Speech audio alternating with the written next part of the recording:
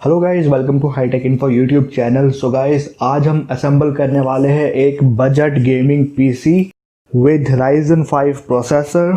तो PC assemble करने से पहले मैं आपको बता दूं, मैंने इन सभी कंपोनेंट्स को ऑनलाइन परचेज किया है। अगर आप भी इन सभी कंपोनेंट्स को ऑनलाइन परचेज करना चाहते हैं, मैं वीडियो डिस्क्रिप्शन और साथ ही साथ कमेंट सेक्शन में इन सभी कंपोनेंट्स का परचेजिंग लिंक शेयर कर दूंगा। उस लिंक की मदद से आप इन सभी कंपोनेंट्स को 1 क्लिक में आप परचेज कर पाएंगे। तो जैसे कि गाइस, इन सभी कंपोनेंट्स का अनबॉक्सिंग वीडियो मैं आपके लिए पहले से ही यूट्यूब पर अपलोड कर चुका हूं। आप हमारे यूट्यूब की प्लेलिस्ट में जाके इन सभी कंपोनेंट्स का अनबॉक्सिंग आप देख सकते हैं। और मैं आपको दोबारा से बता देता हूँ गाइस, इन सभी कंपोनेंट्स को मैंने ऑनलाइन परचेज किया है। अगर आप भी इन सभी कंपोनेंट्स को परचेज करना चाहते हैं, मैं आपको वीडियो डिस्क्रिप्शन और साथ ही साथ कमेंट सेक्शन में इन सभी कंपोनेंट का परचेजिंग लिंक शेयर कर दूंगा। तो चलिए दोस्तों, बजट गेमिंग पीसी की असेंबलिंग करते हैं शुरू। तो सबसे पहले गाइज मैं आपको इन सभी कंपोनेंट्स के नाम बता देता हूँ। ये है MSI का मदरबोर्ड और इसका मॉडल नंबर है A320M। और ये है 1 टेराबाइट की वेस्टर्न डिजिटल ब्लू की हार्ड डिस्क। और ये है 8 GB की DDR4 रैम। और ये है हमारा प्रोसेसर Ryzen 5 प्रोसेसर। और ये है थर्मल ग्रीस। और ये है वेस्टर्न डिजिटल ग्रीन की SSD। और ये है हमारा SMPS। और ये है हमारा कैबिनेट। और ये है हमारा वाईफाई अडेप्टर। तो इन सभी कंपोनेंट्स की मदद से हम असेंबल करेंगे एक बजट गेमिंग पीसी। तो चलिए गाइस, असेंबलिंग करते हैं शुरू। तो सबसे पहले हम ले लेते हैं इस मदरबोर्ड को। इन सभी कंपोनेंट्स का अनबॉक्सिंग वीडियो मैं आप सभी के लिए पहले से ही ला चुका हूँ। आप मेरी यूट्यूब की प्लेलिस्ट में जाके इन सभी कंपोनेंट्स का अनबॉक्सिंग देख सकते हैं।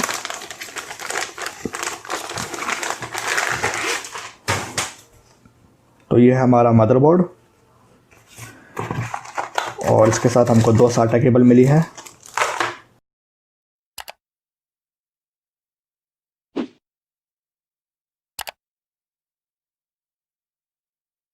अब हम निकाल लेते हैं इस प्रोसेसर को।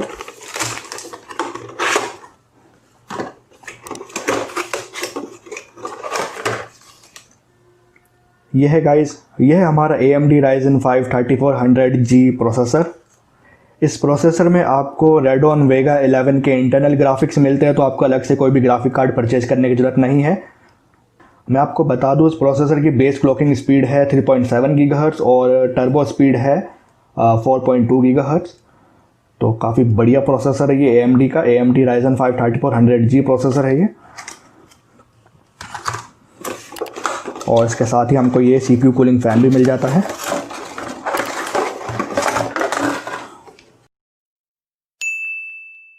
तो सबसे पहले गाइस, हमको इस मदरबोर्ड में लगाना है प्रोसेसर को। कैसा लगाना है मैं आपको दिखा देता हूँ।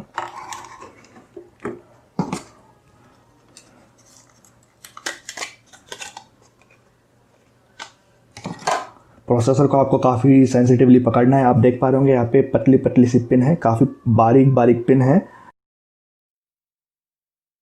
तो अब गाइस मैं आपको दिखा देता हूँ ये प्रोसेसर इस मदरबोर्ड में कैसा लगेगा। तो इस मदरबोर्ड में गाइस यहाँ पर आप एक मार्क देख पा रहे होंगे।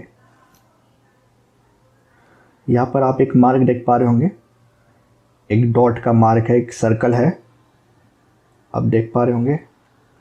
तो इसी प्रकार से एक मार्क हमारे इस प्रोसेसर में भी दिया गया है। प्रोसेसर में यहाँ पर ट्रायंगल का मार्क है, आप यहाँ पे देख सकते हैं। इस प्रोसेसर में एज में यहाँ पर एक ट्रायंगल का मार्क है। तो आपको क्या करना है, इन मार्क को मैच करके इस प्रोसेसर को इस मदरबोर्ड में कर लेना है इंसर्ट। तो सबसे पहले हमको इस पिन को ओपन करना होगा। पिन हो गई ओपन। अब हम इसमें इंसर्ट कर लेते हैं इस प्रोसेसर को। काफ़ी आराम से रखना है। प्रोसेसर हमने रख दिया है इस मदरबोर्ड में। आप देख सकते हैं अभी ये हिल रहा है, लेकिन आप जब इस पिन को लगा देंगे, अब आप देखेंगे ये नहीं हिल रहा है अच्छे से, ये बैठ गया है इस मदरबोर्ड में। तो एज यू कैन सी, हमने इस मदरबोर्ड में लगा लिया है इस प्रोसेसर को। अब हम इसके ऊपर लगाएंगे थर्मल ग्रीस। वैसे तो गाइस इस फ़ैन में पहले से ही थर्मल ग्रीस यहाँ पर लगा हुआ है, आप देख सकते हैं। इस फ़ैन में नीचे यहाँ पे थर्मल ग्रीस पहले से ही लगा है इस पोर्शन में, लेकिन आप चाहे तो अलग से भी थर्मल ग्रीस इसमें लगा सकते हैं। तो इसमें मैं अलग से लगा लेता हूँ थर्मल ग्रीस। बिल्कुल थोड़ा सा थर्मल ग्रीस आपको लेना है, बिल्कुल थोड़ा सा।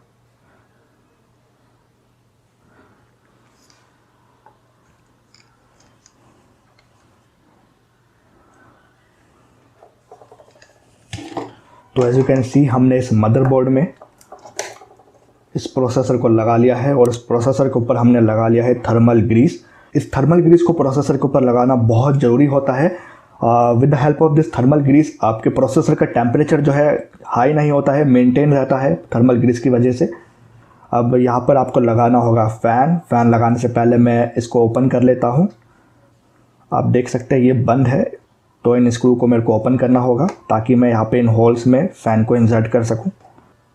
तो चलिए अब हम इन स्क्रू को कर लेते हैं ओपन ताकि हम इसमें फ़ैन को लगा सके, CPU कूलिंग फ़ैन को।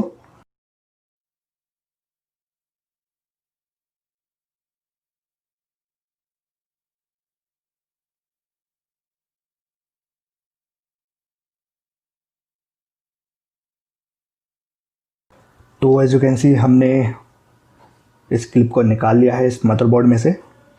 अब हम यहाँ पर कर लेते हैं हमारे फ़ैन को इंसर्ट। ये है हमारा CPU कूलिंग फ़ैन जो कि हमको प्रोसेसर के साथ ही मिला है। तो कैसे लगाना है मैं आपको दिखा देता हूँ। यहाँ पर आप देख सकते हैं 4 होल है, 4 होल है। इसी प्रकार से यहाँ पे इस फ़ैन के भी एंड में 4 स्क्रू दिए गए हैं। इन स्क्रू को आपको इन होल के अंदर डाल के कस लेना है।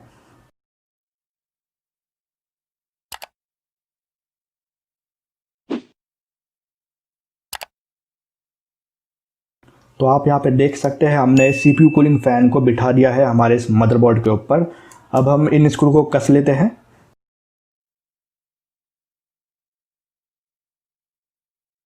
इन चारों स्क्रू को आपको कस लेना है।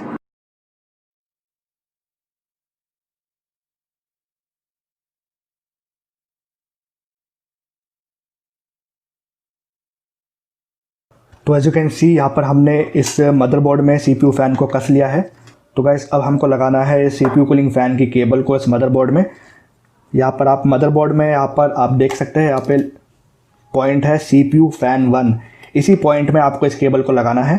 इस केबल में भी देखेंगे यहाँ पर होल है, इस होल को मैच करके आपको इस प्रकार से इस केबल को लगा लेना है इस CPU फ़ैन 1 के पोर्ट में। तो आप देख सकते हैं हमने CPU कूलिंग फ़ैन को लगा लिया है हमारे मदरबोर्ड के साथ। यहाँ पर हमने केबल लगा ली है। तो as you can see guys यहाँ पर हमने इस मदरबोर्ड में लगा लिया है प्रोसेसर के ऊपर हमने लगा लिया है थर्मल ग्रीस ताकि टेम्परेचर मेंटेन रहे, और उसके ऊपर हमने लगा लिया है CPU कूलिंग फ़ैन को, और हमने इसकी केबल भी अटैच कर ली है मदरबोर्ड के साथ। तो गाइस इस वीडियो को आगे प्रोसीड करने से पहले मैं आप सभी को कुछ बताना चाहता हूँ। तो जैसे कि ये एक budget gaming PC assemble video है, तो इसमें जो मैंने मदरबोर्ड यूज़ किया है ये बहुत सस्ता मदरबोर्ड है। अगर आपका बजट थोड़ा ज़्यादा है, आप मदरबोर्ड में थोड़ा खर्चा कर सकते हैं, तो मैं आप सभी को यही सजेशन दूंगा कि आप B350 मदरबोर्ड को परचेज़ करें। उस मदरबोर्ड में आपको ओवरक्लॉकिंग का ऑप्शन मिल जाता है। लेकिन अगर हम प्राइसिंग की बात करें इस मदरबोर्ड की और B350 मदरबोर्ड की, तो प्राइसिंग लगभग डबल हो जाएगा। ये अगर 5000 का है तो वो B350 मदरबोर्ड आपको तकरीबन 10,000 रुपये का मिलेगा। तो अगर आपका बजट थोड़ा ज़्यादा है तो आप B350 मदरबोर्ड को परचेज़ कर सकते हैं। तो चलिए गाइस अब हम इस वीडियो को कर लेते हैं कंटिन्यू। तो जैसे कि हमने इस मदरबोर्ड में लगा लिया है प्रोसेसर के ऊपर हमने लगा लिया है CPU कूलिंग फ़ैन, और इस CPU कूलिंग फ़ैन को हमने कर लिया है इस मदरबोर्ड के साथ कनेक्ट। अब हम इसमें लगा लेते हैं रैम। यह है एक 8 GB की DDR4 रैम, ये 2400 मेगाहर्ट्ज़ की है। इन सभी कंपोनेंट्स का परचेजिंग लिंक मैं वीडियो डिस्क्रिप्शन और साथ ही साथ कमेंट सेक्शन में शेयर कर दूंगा। उस लिंक की मदद से आप इन सभी कंपोनेंट्स को 1 क्लिक में आप परचेज कर पाएंगे। आपको किसी वेबसाइट में जाके सर्च करने की ज़रूरत नहीं है। इन सभी कंपोनेंट का परचेजिंग लिंक आपको मैं वीडियो डिस्क्रिप्शन और साथ ही साथ कमेंट सेक्शन में शेयर कर दूंगा। उस लिंक की मदद से आप इन सभी कंपोनेंट को 1 क्लिक में परचेज कर पाएंगे। तो गाइस अब हम इस मदरबोर्ड में लगा लेते हैं इस DDR4 रैम को। कैसे लगाना है मैं आपको दिखा देता हूँ। यहाँ पर आप देख सकते हैं यहाँ पर एक कट है। इसी प्रकार से हमारे इस मदरबोर्ड में भी एक कट है। यहाँ पर आप देख सकते हैं इस मदरबोर्ड के रैम स्लॉट में यहाँ पर एक कट है, आप देख पा रहे होंगे। तो अब आपको इन कट को मैच करके इस रैम को कर लेना है इंसर्ट। तो इस मदरबोर्ड में रैम के लिए 2 स्लॉट आपको मिल जाते हैं। तो अब हम इसमें कर लेते हैं रैम इंसर्ट।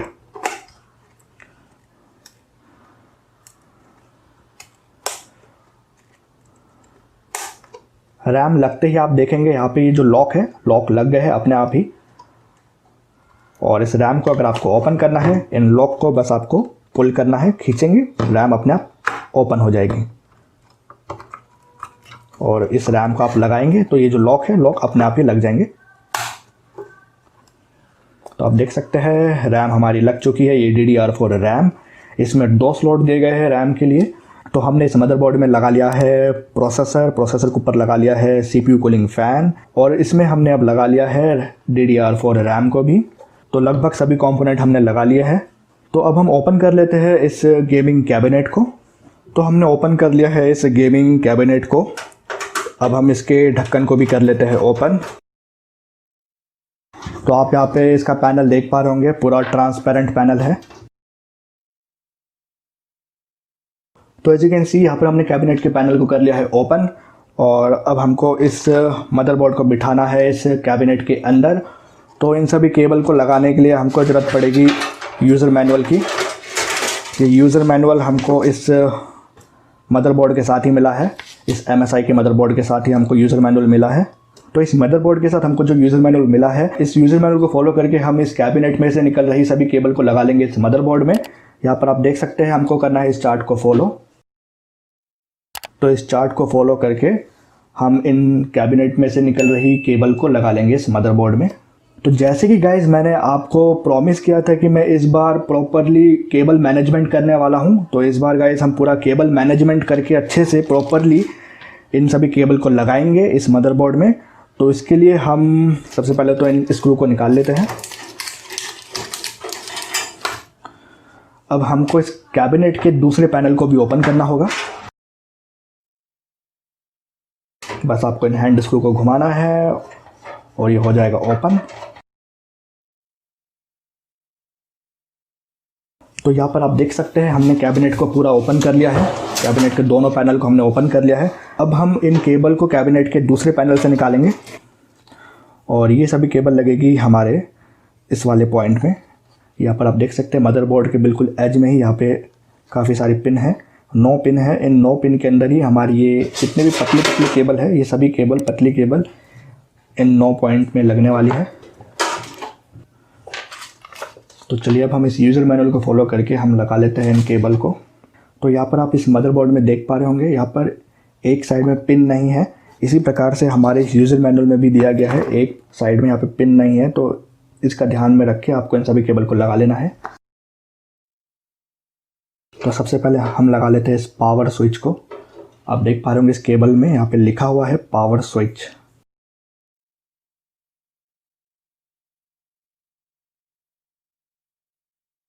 अब हम लगा लेते हैं इस HDD LED प्लस माइनस के केबल को।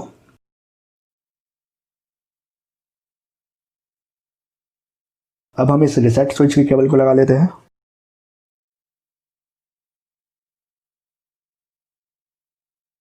अब ये पावर LED प्लस माइनस की केबल को हम लगा लेते हैं।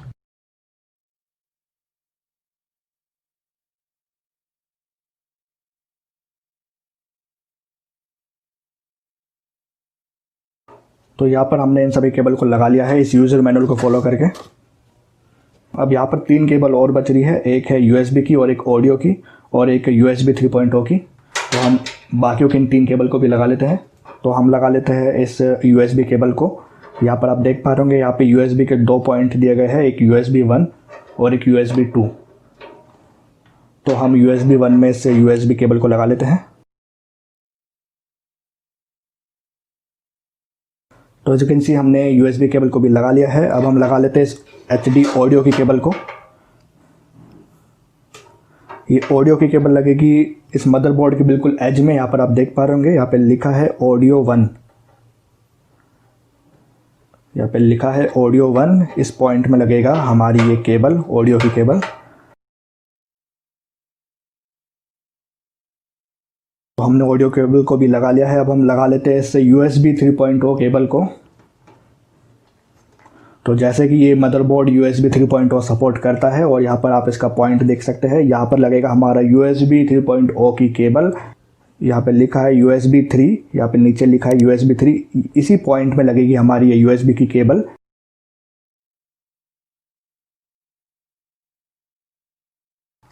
तो एज यू कैन सी हमने USB 3.0 की केबल लगा लिया है और हमने कैबिनेट में से निकल रही सभी केबल को इस मदरबोर्ड के साथ कर लिया है कनेक्ट। अब हम इस मदरबोर्ड को बिठा लेते हैं इस कैबिनेट के अंदर।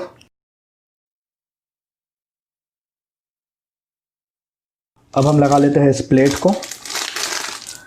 ये प्लेट हमको मदरबोर्ड के साथ ही मिली है। ये प्लेट लगेगी कैबिनेट के बैक साइड में। तो प्लेट लगाने के बाद कुछ ऐसा दिखाई देगा हमारा कैबिनेट पीछे से। तो अब आपको इस मदरबोर्ड को इस कैबिनेट में अच्छे से बिठा लेना है। तो guys as you can see हमने इस कैबिनेट में मदरबोर्ड को बिठा दिया है और यहाँ पर मैंने कैबिनेट को थोड़ा घुमा लिया है ताकि आप अच्छे से देख सकें। तो अब हमको इस मदरबोर्ड को कसना है इस कैबिनेट के अंदर। तो यहाँ पर अब हमको ज़रूरत पड़ेगी इन स्क्रूज़ की जो हमको इस कैबिनेट के साथ ही फ्री मिले हैं। तो चलिए अब हम इस मदरबोर्ड को कस लेते हैं इस कैबिनेट में with the help of this screw जो हमको इस कैबिनेट के साथ ही मिले हैं।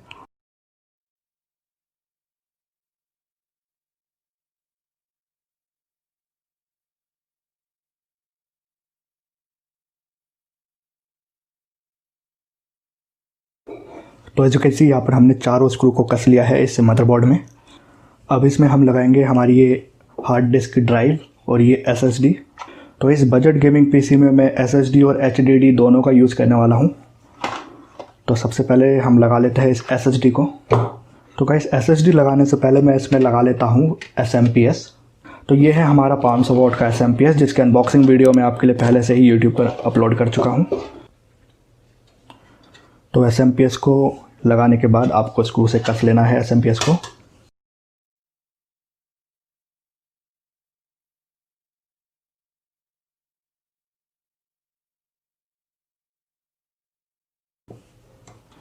तो इसी प्रकार से आपको चारों स्क्रू लगाकर इस SMPS को अच्छे से कस लेना है।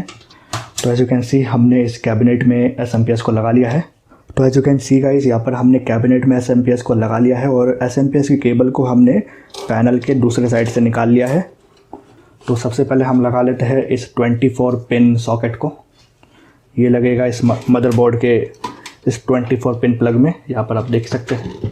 तो यहाँ पर लगेगा हमारा ये केबल 24 पिन केबल।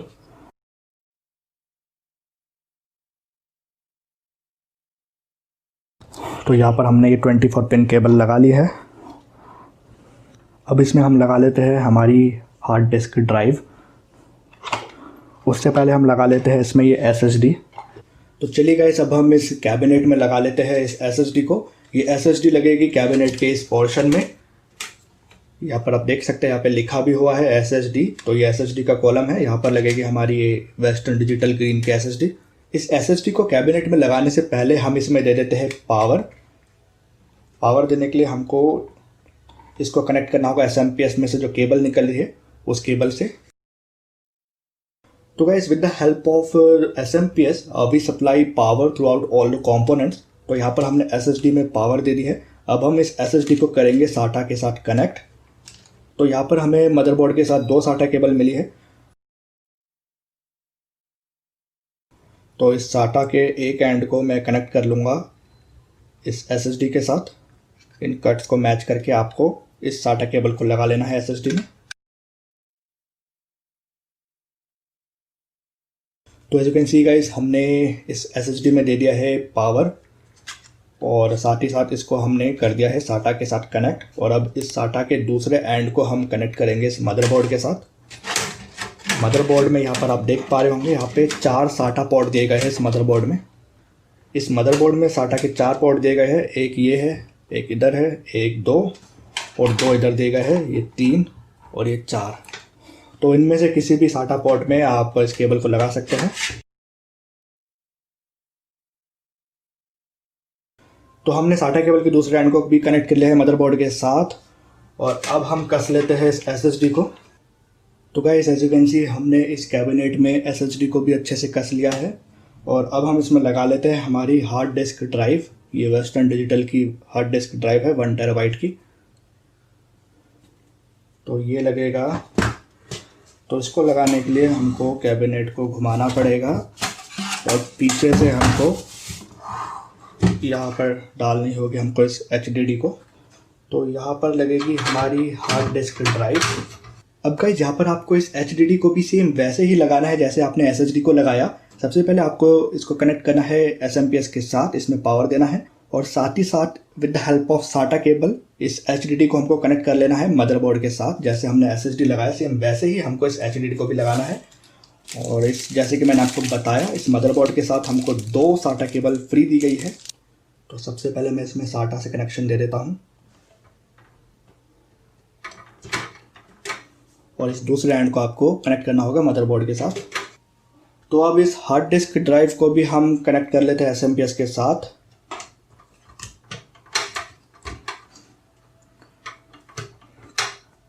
तो हमने हार्ड डिस्क ड्राइव में भी दे दिया है पावर और इसको हमने कनेक्ट कर लिया है SATA के साथ। और अब SATA के दूसरे एंड को हम कनेक्ट कर लेते हैं मदरबोर्ड के साथ। तो हमने HDD को कनेक्ट कर लिया है मदरबोर्ड के साथ with the help of this SATA cable. तो गाइस अब आपको इस मदरबोर्ड में देना है पावर। यहाँ पर आप देख सकते हैं एक 4 पिन का सॉकेट है मदरबोर्ड में। इधर आप देख सकते हैं एक 4 पिन का सॉकेट है। अब इसमें आपको देना है पावर इस SMPS से। ये जो SMPS से जो केबल आ रही है इस केबल को आपको लगाना है इस मदरबोर्ड में।